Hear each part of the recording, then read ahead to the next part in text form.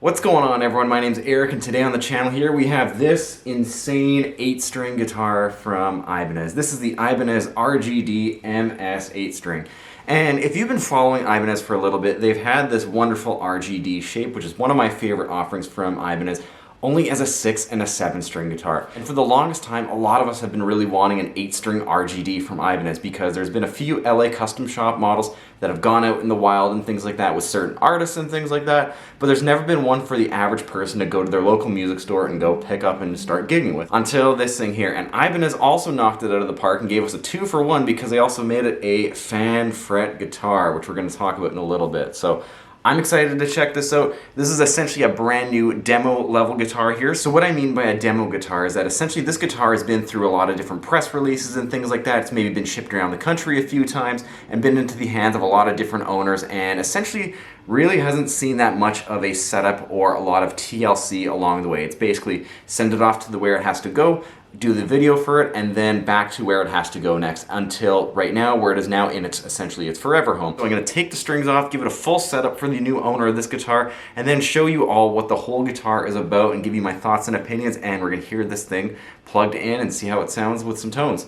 Without further ado, let's get into this. Alright, and real quick, let's take a look at this guitar on the bench here. Once again, brand new offering from Ibanez. This is the first production 8-string RGD that they've offered, and it's also a multi-scale, which is pretty sweet as well. Looking down the fretboard, it looks like the neck relief is pretty good. It looks like there's no real bowing or anything on the neck. Like, it looks like it really checks out. The hardware looks like it's held up pretty good so far for being out on the road, everything like that. We have a little bit of a paint flaw here, but honestly, that's not the end of the world. It's better to have it up here where it's not really noticeable, rather than somewhere maybe on the body or maybe an actual worse issue on a brand new guitar. Back side of the guitar real quick, you can see the 5-piece neck on the guitar, bolt-on construction, things like that. So yeah, just essentially a standard super strat multi-scale 8-string guitar. It's pretty awesome. There's nothing really negative to write home about this guitar after being on the road for so long, going from different press release to different press release and things like that, and being played by so many other players. Kind of it. I'm going to give it a full-on setup, get some brand new strings on it, and get the proper gauges on to what the owner of this guitar wants. And then I will see you back for some tones and some final thoughts and opinions. Alright, and here we have the Ibanez RGD MS8 all finished up here. Quite honestly, this guitar did not need a lot of work to get it where I personally like setting up guitars and where the customer honestly likes his guitar set up. I had to take the action down just a little bit, small truss rod adjustment, and tighten a couple screws here and there to make sure everything was solid. And honestly, everything was pretty solid from the factory, and the fact that this guitar pretty well went around country and went through different climates and different temperature changes and things like that, and it honestly held up really well. The bridge was bolted down really well, better than some other brand new guitars that I've worked on. Strap pins were all in. The nut that was on the main pickup selector switch and the mini toggle switch here, those were just a little loose, so that was just a quick, easy turn of a wrench there. Same thing with the nuts that are holding down the top parts of the tuners here, just a little loose, but honestly, nothing really bad. This guitar honestly held up pretty dang well. Fretboard was a little dehydrated. A quick once over with some fretboard oil on the fingerboard and you are good to go. So now let's get on to a couple specs of the guitar. You have a Nyota body, which is essentially just a variant of mahogany. You have a bolt-on 5-piece maple and wenge neck. That's just traditional Ibanez fashion there for the most part. We have the Wizard 3 8-string spec neck, which honestly feels a little bit different than the neck on my Ibanez 2228. Maybe the neck shape has changed just a little bit between 2007 and this guitar here, since it's over 10 years, so I'm not too sure, but this neck does feel a little bit thicker than my 2228 in case you're looking to grab this guitar and you have that as your point of reference. Ebony fingerboard here with 24 nickel frets up here. I don't believe they are stainless steel. It does not say that on the Ibanez website. We have the offset inlays as well. The scale length is a 25.5 on the high E side, all the way to a 27.2 inch scale on the low F sharp or the low E side, depending how you tune the guitar. We then have Goto locking tuners. Goto is a fantastic brand. They're not just some no-name brand. They make some fantastic parts, and honestly, having locking tuners is a must for me in this day and age. We then have the Fishman Fluence Modern. These are the 9-string pickups. I went over in another video of upgrading a budget 8-string that was fan fret as well, about how you need 9-string pickups for fan fret 8 strings.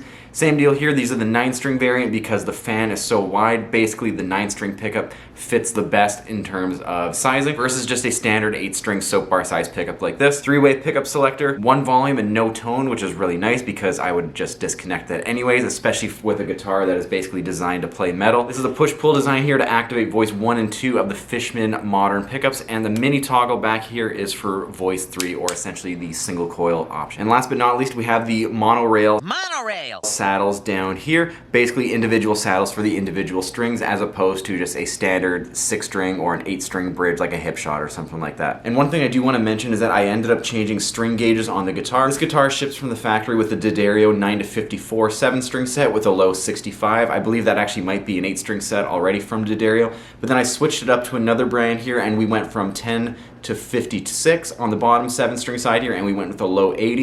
You have to get a very long taper 80 gauge string because I was able just to throw the tapered end all the way through the locking tuner. You guys know that I've had 8 strings on the channel here before where I've actually had to drill out the tuner because taper wasn't long enough. Even if we tried finding long enough tapers, it still wasn't working just based on the headstock design and things like that. So if you're getting this guitar, make sure it's a nice long taper so then you actually don't have to drill through the locking tuner machine head here. So then you can just feed the string through normally and actually lock the tapered end, as opposed to having to lock the thicker end of the string that you would normally be playing on the fingerboard of the guitar. But in my opinion, it would be nice if Ibanez addressed to this and actually just drilled out the tuner peg for an 80 gauge string right from the factory, just to avoid any sort of string issues and having to look for a specific size string or specific kind of tapered string. And the final thing about this guitar is that it is made in Indonesia.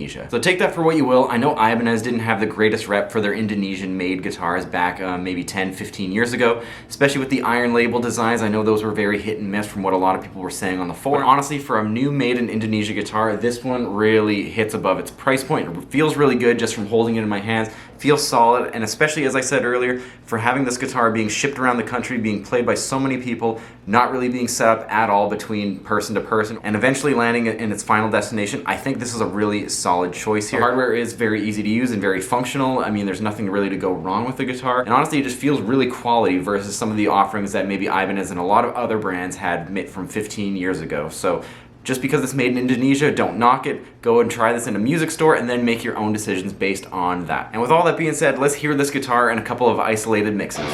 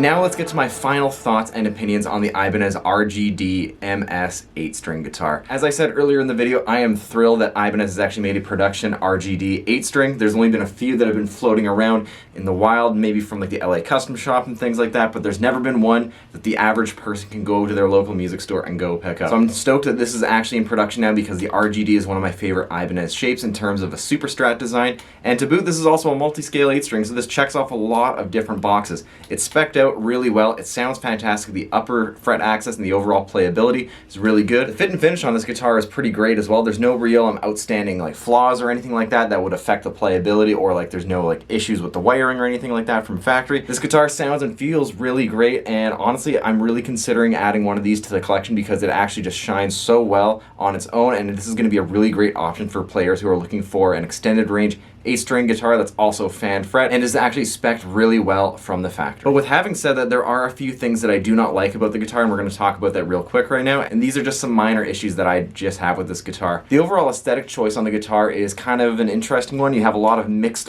colors going on here, especially with the hardware. You have a black mini toggle down here, you have a gold volume knob and bridge, and you have gold tuners, and you have a chrome pickup selector here. Like, it's very interesting. There's a lot going on visually here, especially with the white pickups contrasting against this silver finish here.